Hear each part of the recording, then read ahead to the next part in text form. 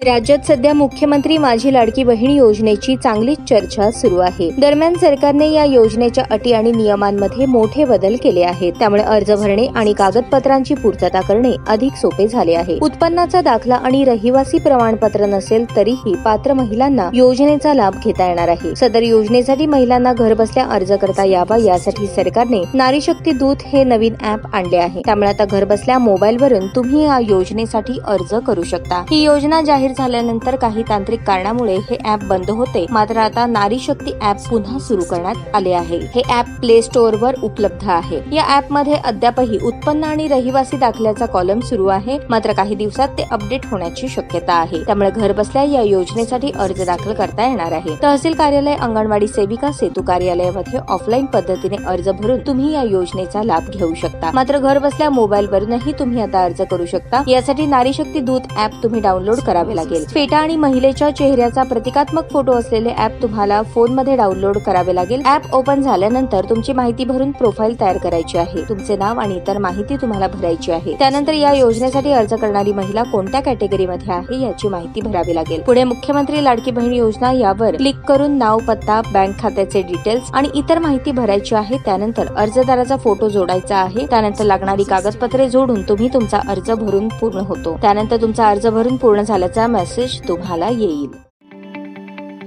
ताज्या बातम्या पाहण्यासाठी प्राईम महाराष्ट्र न्यूज चॅनलला सबस्क्राईब करा।